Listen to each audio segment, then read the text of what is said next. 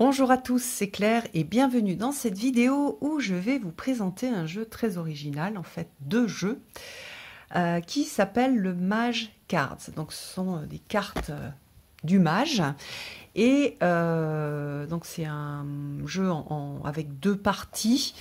Alors c'est pas vraiment deux parties, c'est l'auteur qui en fait complète au fur et à mesure son travail avec des nouvelles cartes. Mais la structure reste la même entre le 1 et le 2. Alors vous allez voir, moi j'ai retravaillé en fait les cartes, donc je les ai remises aussi pour vous les présenter dans l'ordre des familles, puisqu'il y avait un peu des familles de partout, et c'était dans l'ordre alphabétique aussi. Mais on a des cartes dans le 1 et dans le 2 qui vont dans toutes les... Enfin, toutes les familles sont représentées dans le 1 et dans le 2 aussi. Alors... donc c'est un jeu qui a été illustré et créé par Max Razdo. Il y a 62 cartes, donc là ça en fait 2 fois 62, donc il y a énormément de cartes. C'est un jeu qui arrive donc dans une jolie boîte noire, avec une... alors faut pas que je fasse attention de ne pas les mélanger vu que j'ai tout trié. Avec un type de revêtement super particulier. Du coup, c'est sympa parce que c'est original et j'ai vraiment l'impression que les cartes, elles sont pas indestructibles, hein, mais elles ont l'air d'être super costauds. Alors, on va les sortir. Voilà. Alors, donc, on a les cartes dans les deux boîtes et puis on a accès à un PDF et à une sorte d'activité, en tout cas un workshop qui avait été fait sur Zoom avec Wassima, donc pour voir un petit peu déjà l'auteur, ça permet de le connaître un tout petit peu plus, et puis de voir comment est-ce qu'on peut utiliser les cartes. Alors ce qui est, je trouve intéressant, c'est que dans le workshop, on voit bien en fait, vous allez voir, la structure du jeu est assez, je trouve, assez structurée, assez... il y a des références aussi, d'ailleurs, qui ne sont pas bien expliquées à des traditions. Donc ça fait assez une structure un peu intellectuelle, avec des illustrations très très intuitives. Et donc on voit le côté intellectuel du jeu et structuré, et puis on voit aussi comment Wassima l'utilise. Et là on a ce côté très très intuitif. Parce qu'en fait, je vais vous montrer, avant de vous montrer les cartes, je vais vous montrer le guide. Donc pour l'instant, je crois qu'il est que en anglais, mais il va être traduit en français, ou il est en cours de traduction, ou peut-être quand vous verrez la vidéo, il est déjà traduit. Donc on a cette idée de... Vous allez voir, on est beaucoup aussi, c'est marrant parce que c'est le deuxième jeu que je présente, sur ce travail avec l'inconscient à partir d'images qui, là vous allez voir, elles sont très... Il y a des côtés qui sont assez concrets, mais il y a pas mal de parties abstraites et on travaille pas mal aussi avec les couleurs.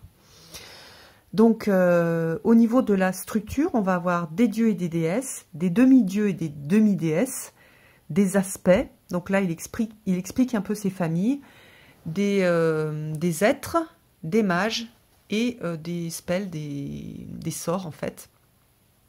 Donc, il explique un petit peu ces familles. Et après, donc, il y a toute une partie sur la signification des couleurs. Voilà, donc il y a toute une partie sur la signification des couleurs qui est intéressante, puisqu'il a travaillé aussi en conscience avec des couleurs différentes pour ces cartes. Comment est-ce qu'on lit ou comment est-ce qu'on travaille avec les cartes, avec donc une proposition de tirage. Voilà, donc assez...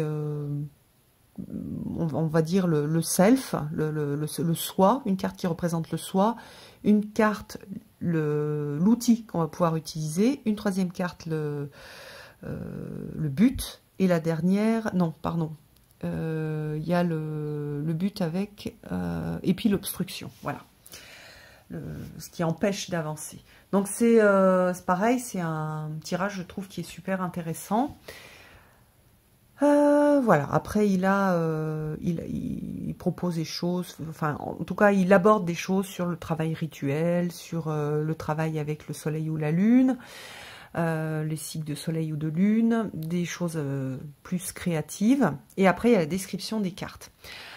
Donc alors pour moi c'est ça, cette partie-là qui est la plus intéressante. En tout cas, pour l'instant, j'ai pas pu l'imprimer, mais je voulais juste m'imprimer cette feuille. Je garde le reste sur ma tablette parce qu'on a les familles, et puis quand on regarde les cartes, on ne sait pas à quelle famille elle appartient. Donc, il y a un côté, je trouve, bien, parce que du coup, pour la plupart des gens, je pense que vous allez utiliser ce jeu-là en intuitif, donc on se fiche de quelle famille, à quelle famille elle appartient, on va juste voir peut-être le nom, et encore, et surtout on va travailler avec l'illustration, les couleurs, comment est-ce que ça résonne en nous. Mais les gens qui ont envie d'utiliser la structure, et puis moi pour vous le présenter, j'avais envie aussi de regarder comment c'était structuré. C'est super intéressant de savoir telle carte, ça va être une carte plutôt de mage, d'être, etc. Et puis, ça permet aussi d'avoir, je trouve, une vision générale de la structure du jeu.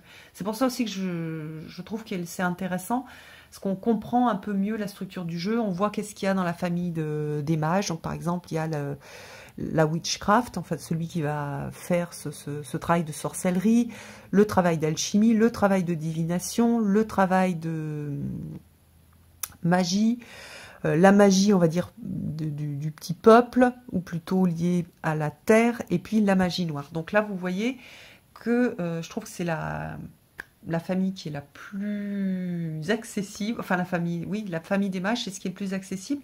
C'est un petit peu des cartes qui vont nous représenter, ou représenter ce que l'on peut faire, et la façon de faire les choses et d'interagir avec le monde de la magie, puisque le thème du jeu, c'est ce monde de magie qu'on va pouvoir transposer sur nos vies de tous les jours, à travers donc le travail peut-être de la psychologie, ou de comment est-ce que l'on se voit, comment est-ce qu'on interagit avec le monde. Mais quand même, on a tout ce côté magie qui, je pense, va beaucoup plaire à certaines personnes qui ont envie de travailler avec la magie. Donc ensuite, on a les êtres, donc avec des traditions différentes. Donc on a les êtres angéliques avec les archanges, les chérubins, les séraphins. Mais il y a des choses, voilà, les demi-urges, les fées, c'est certaines fées, les chimères, les nymphes, les calcularées. Donc ça, c'est plutôt des... je sais pas où il est allé les chercher. Il y a des choses que j'ai retrouvées.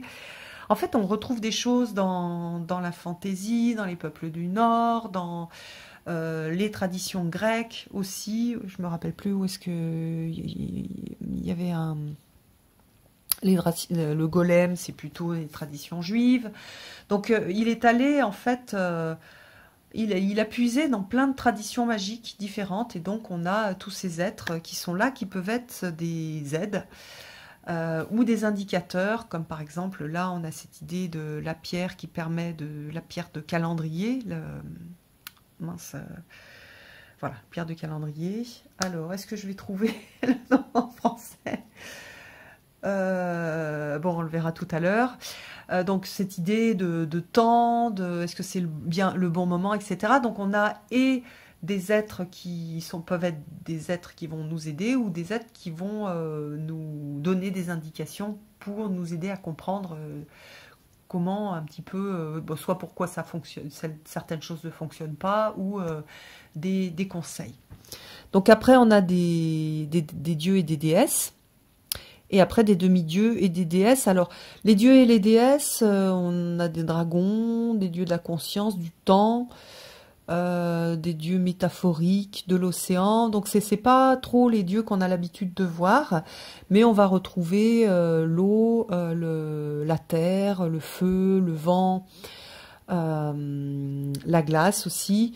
Donc voilà, le temps, la conscience, donc des niveaux en fait du divin aussi qu'on retrouve dans certaines traditions et qui sont différents, comme par exemple il y a certaines choses qu'on peut un peu retrouver dans la Kabbale, voilà. Donc c'est des mélanges entre plein de choses. Et puis les demi-dieux, les demi-déesses, on a des demi-déesses, par exemple, des rencontres, de la patience. Donc c'est plutôt des thèmes, en fait, la lune, les insectes, voilà. Ensuite, on a des aspects. Voilà, alors ça, c'est un petit peu plus... comment dire, c'est resté un peu flou pour moi, on les regardera un peu mieux tout à l'heure, et puis des spells, donc des sorts avec le cyclope, le griffon, la montagne, la lionesse, l'octopus, la pieuvre et le titan. Alors, après, on va avoir pour chaque carte, en fait, les couleurs, les familles,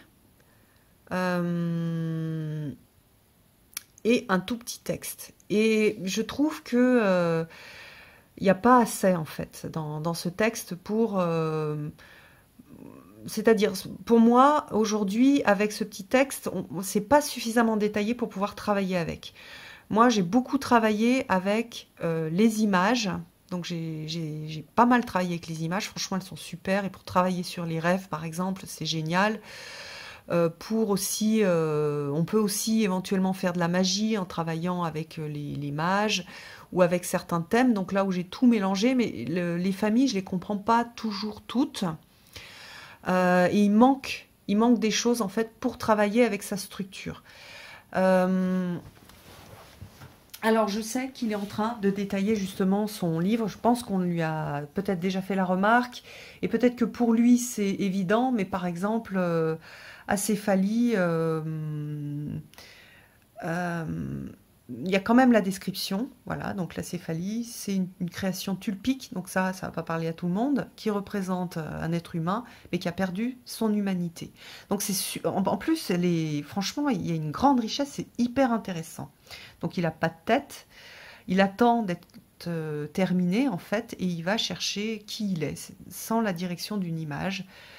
Sans direction. C'est une image d'abandon à ce qui nous fait, à notre complétude en fait, et une réalisation que nous devons réclamer notre complétude. Donc ça, il y a vraiment des choses qui sont hyper profondes et qui sont hyper intéressantes. Mais moi, j'aurais aimé, en fait, déjà, par exemple, tulpique, je ne sais pas, quand je le lis, je ne sais pas ce que ça veut dire. J'aurais aimé un tout petit peu plus de détails. À quel type de tradition ça se rapporte, pour pouvoir peut-être après un peu plus travailler avec cet archétype.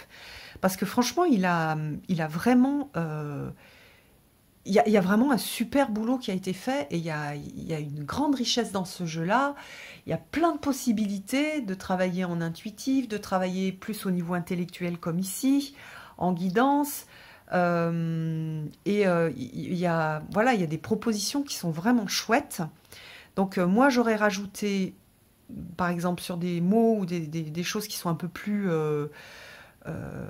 on va dire flou, mais peut-être on peut le mettre pour chacun. Hein, par exemple, l'archange, bon, c'est tradition des religions. Enfin, on n'est pas obligé de le mettre, mais par exemple, voilà, ici, la céphalie, on peut le remettre.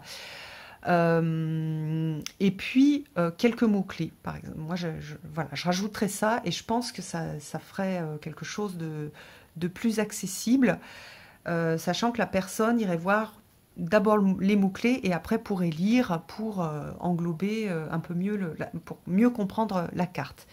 Donc par exemple, là, l'arcane insecte, les aspects un aspect d'artefact.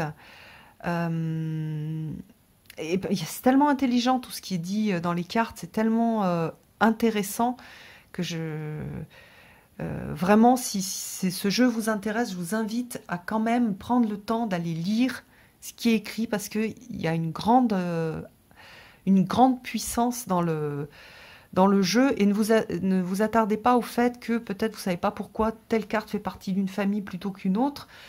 Laissez un peu les choses prenez les choses qui en fait vous aident et allez lire ce qu'il a écrit, c'est toujours super intéressant. Voilà, les petites, l'arcane de l'insecte, c'est les petites choses qui peuvent voilà, apporter un émerveillement, voilà. Et puis, alors, attendez, qu'est-ce qu'il dit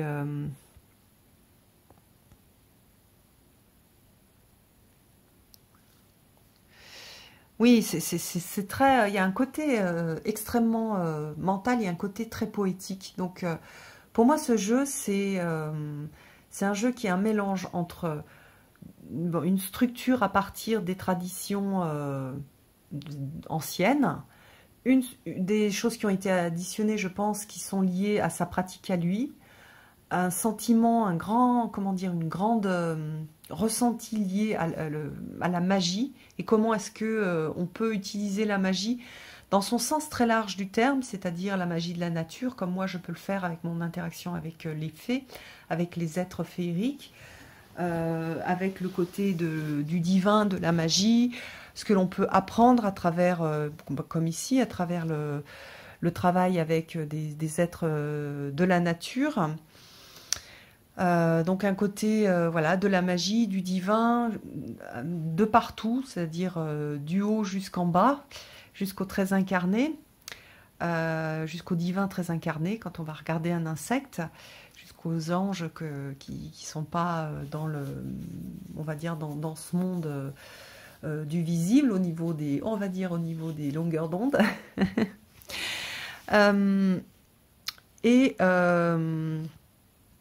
Et quelque chose d'extrêmement intuitif, très propice au travail du rêve, au travail avec l'inconscient et au travail avec comment dire, le lien aussi avec notre sagesse personnelle. Donc voilà, ça c'est le guide. Il est en train de le compléter, il est aussi en cours de traduction.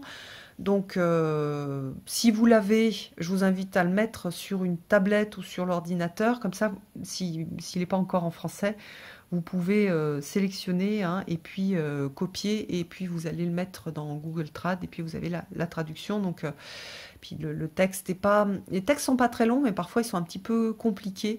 Donc, si vous ne parlez pas très bien anglais, c'est quand même plus confortable d'aller faire la traduction. Ça va vous obliger aussi, et ça c'est très bien, à vous poser et à prendre le temps de travailler avec la carte et pas faire juste un petit tirage rapide. Souvent, faut faire attention, on part sur des tirages rapides, on dit ah oui, oui, oui, puis après on n'en fait rien du tout. Donc là, ça vous oblige aussi à travailler dessus, donc c'est intéressant de prendre le temps avec chaque carte. Donc voilà. Alors, je vais garder... Voilà, l'index qui est super pour pouvoir ranger les cartes. Je vous invite aussi à le faire si vous avez ce jeu. Moi, j'ai trouvé ça super agréable de retrier les cartes, de regarder dans quelle famille elles étaient. Ça permet de l'appréhender parce qu'il y a énormément de cartes. Donc là, on est dans, dans la famille des mages et ici, on est dans la famille de la witchcraft, de la pratique en fait sorcière, on va dire. Alors, franchement, les œuvres sont magnifiques. Moi, j'adore ce qui a été fait au niveau esthétique. C'est super beau. C'est mystérieux. On va reconnaître certaines choses, puis des fois, on va pas trop comprendre qu'est-ce qui se passe, et donc ça laisse de la place justement à la projection et à l'interprétation personnelle. Et aussi, ce sont des cartes qui vont... je trouve qu'elles ont un côté un peu... un côté d'autre monde, en fait, d'ailleurs. Les personnages, on a l'impression qu'ils viennent d'ailleurs. Du coup, c'est super intéressant. Et il faut aussi prendre le temps de les regarder. Le monde de l'inconscient, le monde de la spiritualité, c'est pas un monde de rapidité. D'ailleurs, si vous avez commencé à travailler avec le tarot, vous vous en êtes bien rendu compte. Ça demande du temps, ça demande de l'investissement. C'est un petit travail de fourmi et c'est un petit travail comme la méditation, c'est un travail dans la lenteur et dans le temps que l'on va prendre. Tout l'investissement que je vais... Regardez, oui, la sorcière comme elle est belle. Elle est magnifique cette sorcière. tout l'investissement que je vais donner au jeu va m'être rendu, mais il faut que je donne un investissement. C'est pas un jeu rapide, c'est pas un jeu comme moi quand je vais prendre un tarot, voilà, une réinterprétation du Rider, je prends le tarot, puis c'est bon, 5 minutes après, je peux utiliser, ou même je peux presque utiliser directement les cartes. Là, c'est différent.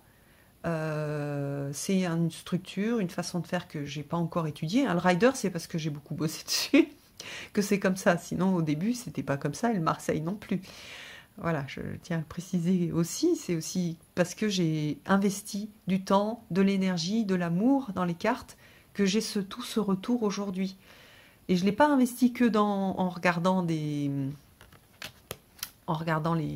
livres sur le tarot. J'ai investi aussi en étudiant beaucoup de choses à côté, des traditions ésotériques, la psychologie, le coaching, tout le travail que j'ai pu faire et c'est pas juste de l'étude d'ailleurs, par exemple le travail ésotérique que j'ai fait en théosophie, c'était beaucoup de méditation, beaucoup de travail personnel. Le travail que j'ai fait en psychologie, c'est du travail personnel que j'ai fait, c'est la psychanalyse, c'est des psychothérapies, c'est du travail moi personnellement, d'écriture aussi. C'est le travail que je fais avec Byron Katie. Et donc en fait je continue à travailler, c'est pas parce que j'ai accumulé beaucoup d'expérience et de connaissances que je suis tout le temps en train de d'ailleurs tout remettre en question, tout rebrasser en fonction de ce que soit je perçois, soit j'apprends, soit d'expériences d'autres qui sont partagées, qui vont me parler ou non, ou des parties qui vont me parler. Donc ce jeu-là, il est exactement à cette image-là, c'est-à-dire que vous allez recevoir, si c'est un jeu qui vous intéresse, vous allez recevoir exactement ce que vous allez donner. C'est-à-dire, si vous mettez de l'amour, du temps, que vous créez un lien très personnel avec le jeu, vous allez avoir beaucoup de... Vous allez avoir, oui, beaucoup de retours et vous allez pouvoir faire plein de choses avec. Et puis en fonction de votre personnalité, peut-être vous allez même inventer des choses. Vous allez faire des choses que moi je ne fais pas, ou même que l'auteur avait même pas, envisagé quand il a créé ce jeu. Donc là, on est toujours sur en même temps que je vous parle, on est toujours sur les mages. Vous voyez qu'il y en a, du coup, il y en a beaucoup. C'est la famille où il y a le plus de cartes, je crois. Et vous voyez qu'on a ces personnages que l'on devine parfois ou qui sont très, très nets. Et vous allez voir aussi que vous avez une sorte de... on développe, en tout cas, moi j'ai développé une sorte de tendresse et d'amour pour certaines cartes, et j'ai vu que c'était des cartes qui ressemblent aussi à mon parcours, à ce que j'ai fait, à ce que j'aime faire. Donc voilà. Le sorcier. Thaumaturge. Donc même si ce n'est pas expliqué aujourd'hui, vous pouvez aussi faire ce travail-là, d'aller chercher sur Internet à quoi ça correspond. Vous voyez si ça vous parle, si ça ne vous parle pas, vous notez 2-3 mots-clés si vous avez envie. Et puis voilà, comme ça vous avez appréhendé la carte. Vous n'avez pas besoin de passer non plus des années à travailler sur la carte. Commencez déjà de façon assez simple. Théurgiste. Le magicien. Alors, on a notre ami Merlin, je trouve. J'aime beaucoup. Alors moi, j'adore les cartes vertes, justement, qui sont liées à la terre. Donc on a le barde. J'adore ce barde et cette puissance du son, en fait, qui va impacter... voilà, cette puissance et cette magie du son qui est hyper intéressante. Alors évidemment, l'herbaliste, ça me parle. Quand je vais ramasser mes plantes dans la montagne ou dans mon jardin, j'aime beaucoup. Le psychopompe, qui est super intéressant aussi. On peut voir plein de choses différentes sur ce qui se passe en haut. Voilà, on a le personnage qui est penché dessus, mais les têtes sont pas énormément détaillées. Donc au début, moi j'avais vu d'autres choses.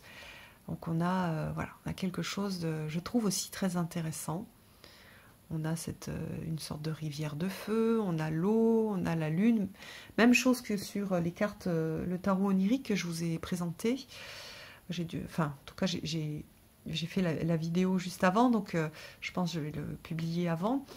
Regardez les détails, laissez-vous porter. Ne cherchez pas, par contre, à tout comprendre dans la carte. Il y a des choses peut-être que vous n'allez pas tout voir. L'idée, c'est de comprendre qu'est-ce qui se passe dans cette carte. Et peut-être que vous allez voir des choses qui n'ont pas été dessinées. Voilà, celui-ci aussi, je l'adore, le ranger.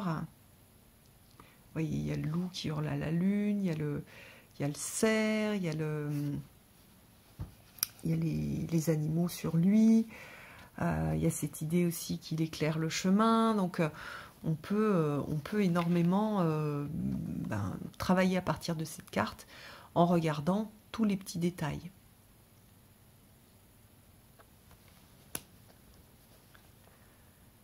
Somathèque. Donc là, on est dans c'est la fin du, on va dire, de la magie folk, on va dire populaire. Donc il y a des mots, moi, enfin, soit je les avais entendus, mais j'ai pas une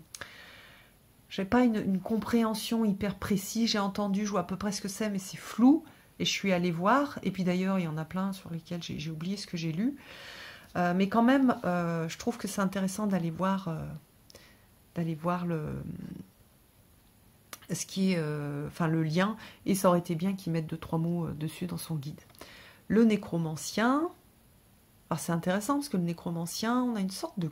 Enfin, moi, je vois une sorte de clown, je vois ce poisson, je vois un petit peu comme si lui aussi, il avait une partie poisson, mais il y a aussi des cristaux, il y a cette ombre. Est-ce que c'est une ombre? Est-ce que c'est une partie de son corps? Donc il y a pas mal de choses. Le poisson avec cette idée de résurrection aussi.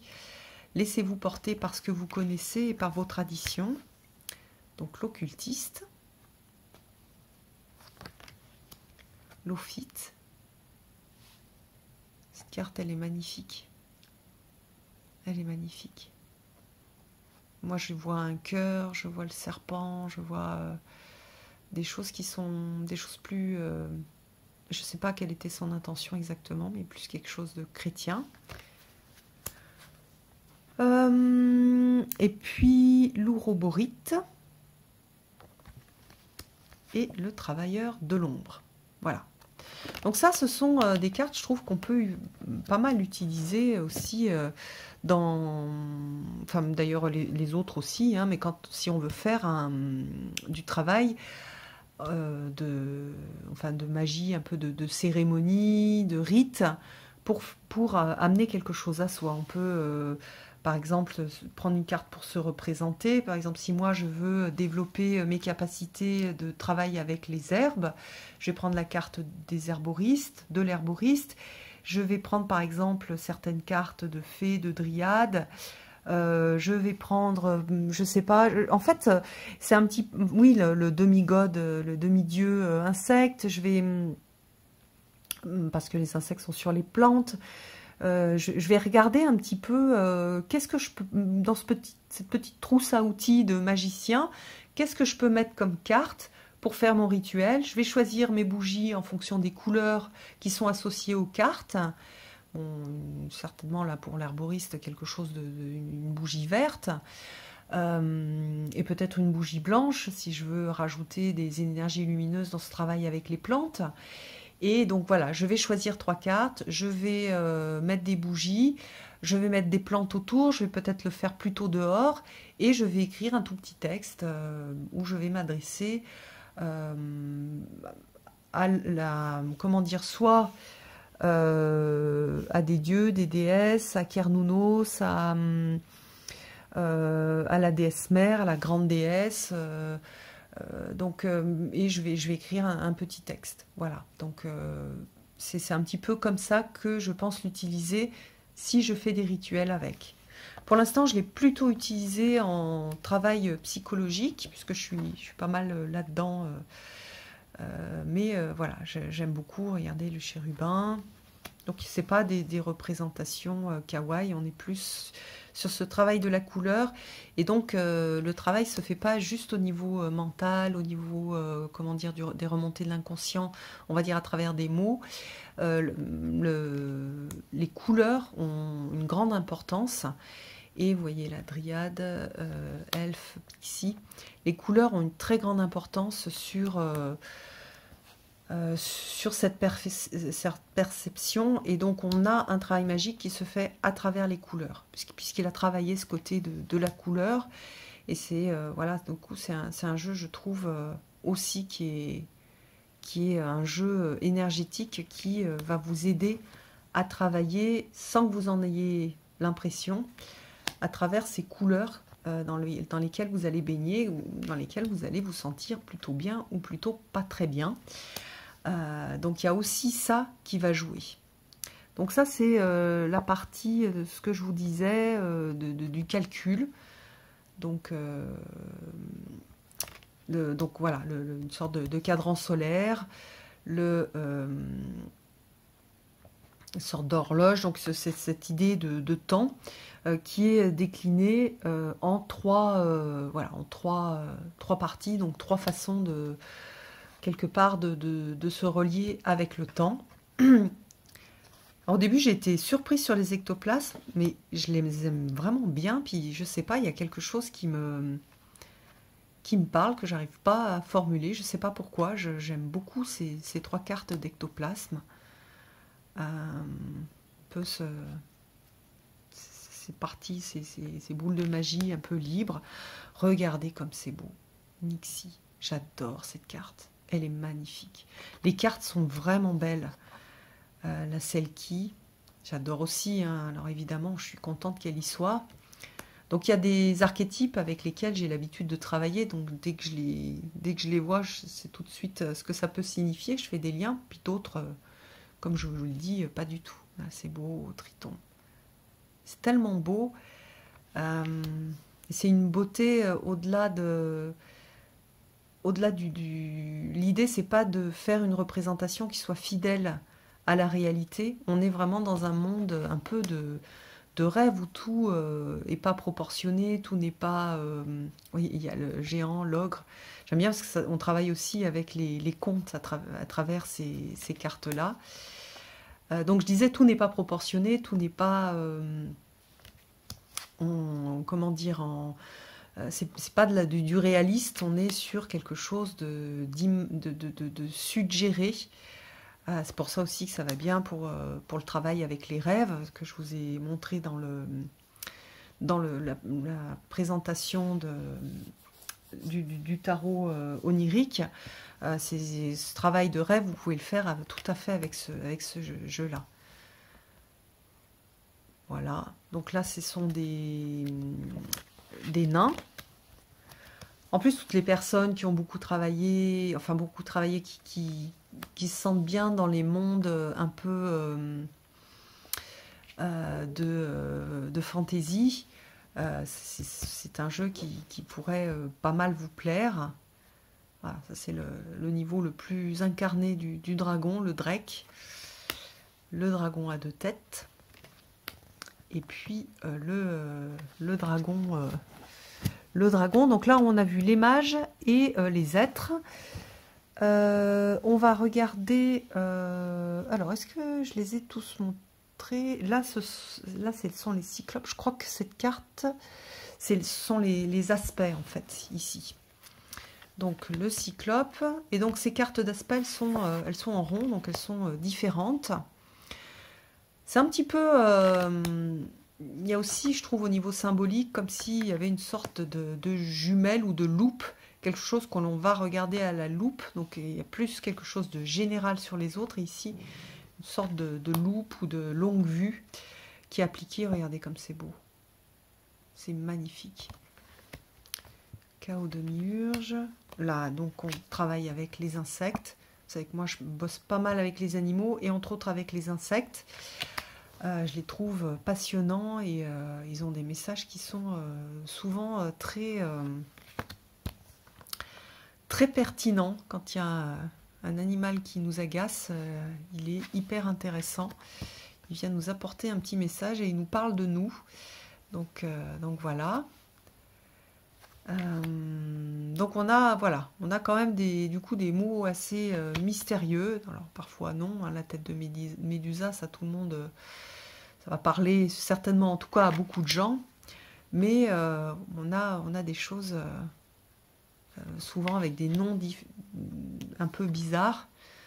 Bon, alors ceux qui aiment le jeu d'Alana Fairchild, il y a un peu ce truc-là chez Alana Fairchild. D'ailleurs, elle explique jamais pourquoi elle a mis tel ou tel nom. On arrive à le deviner au bout d'un moment, mais là, c'est un petit peu pareil.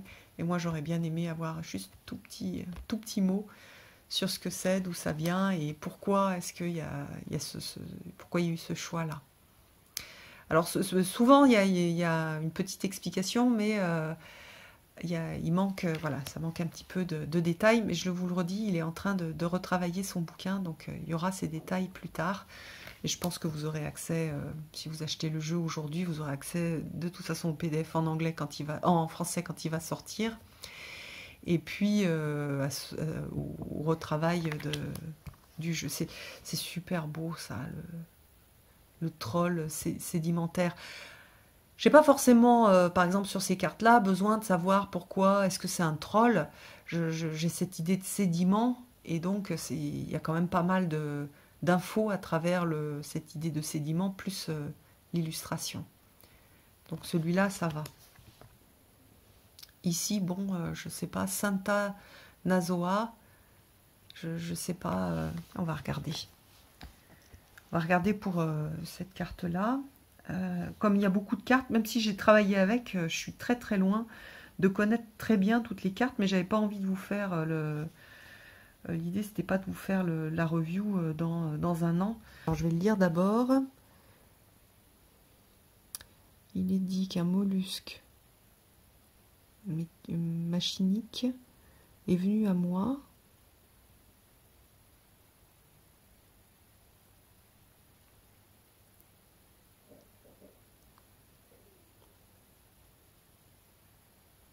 D'accord, donc il est lié en fait au sommeil et au sommeil sans rêve, impénétrable, une sorte de mort subite, donc pas mort subite, mort sublime. Alors par exemple, bah, typiquement quand j'ai cette carte-là, si j'ai juste ça, c'est pas super évident et je vais pas avoir forcément cette... déjà, comme moi je connais pas le mot, je sais pas à quoi ça se réfère, donc je peux pas avoir plus de contexte pour pouvoir élargir la signification. Il y a un petit texte qui est poétique, qui est magnifique, que j'aime beaucoup, mais bah, j'aurais aimé un petit peu plus, et bah, typiquement sur cette carte-là...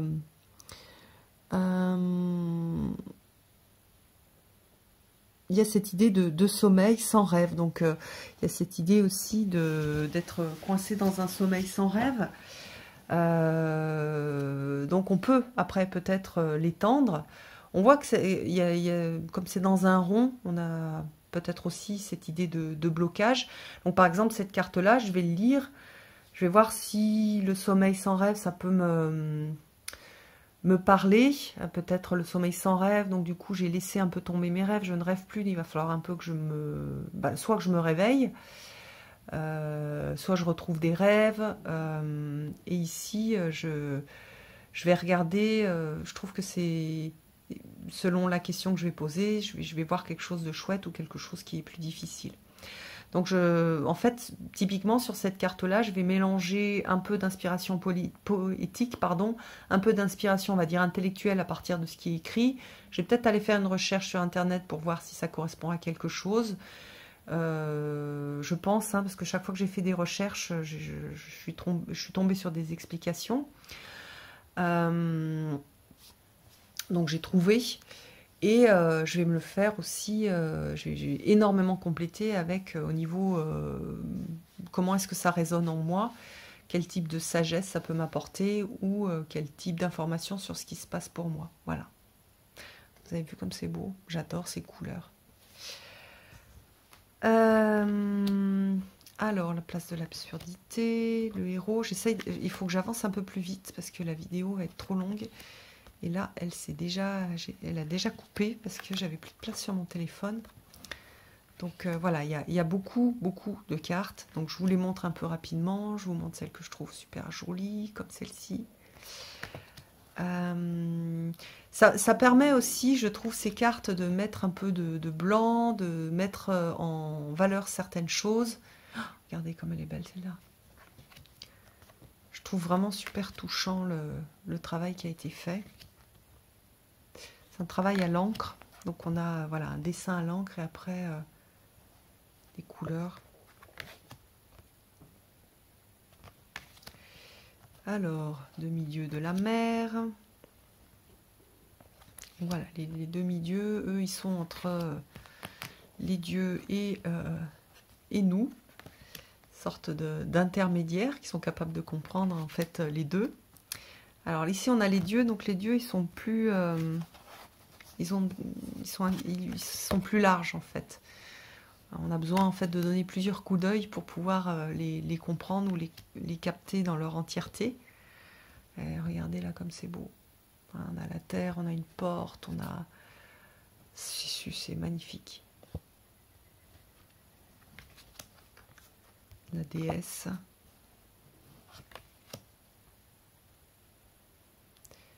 Dieu de la conscience, Dieu du temps,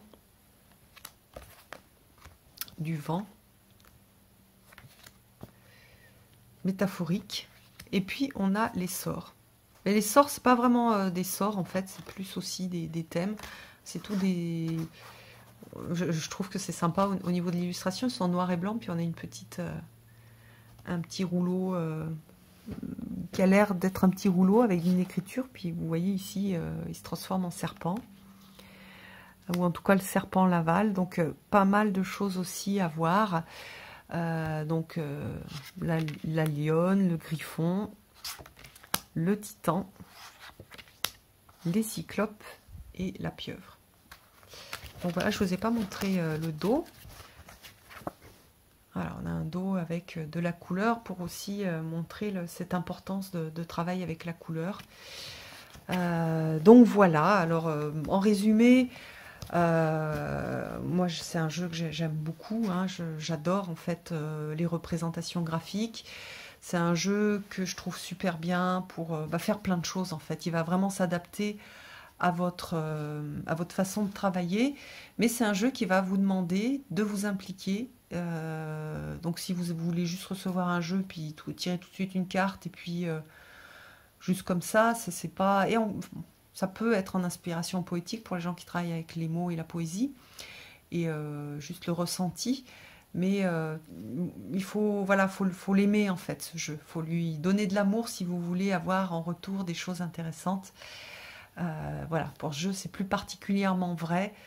Il va vous demander c'est un peu un jeu qui vous demande de sauter dans le trou du lapin d'Alice pour pouvoir aller voir des choses qui ne sont pas toujours très claires, très nettes. Voilà, et aller du coup plonger dans votre inconscient, plonger dans votre monde personnel mystérieux et en ressortir avec des messages intéressants. Voilà, j'espère que ça vous a plu. Je mettrai le lien de la boutique de Wassima en dessous, comme ça vous verrez où vous pouvez le trouver. Et puis, je vous embrasse tous. À bientôt.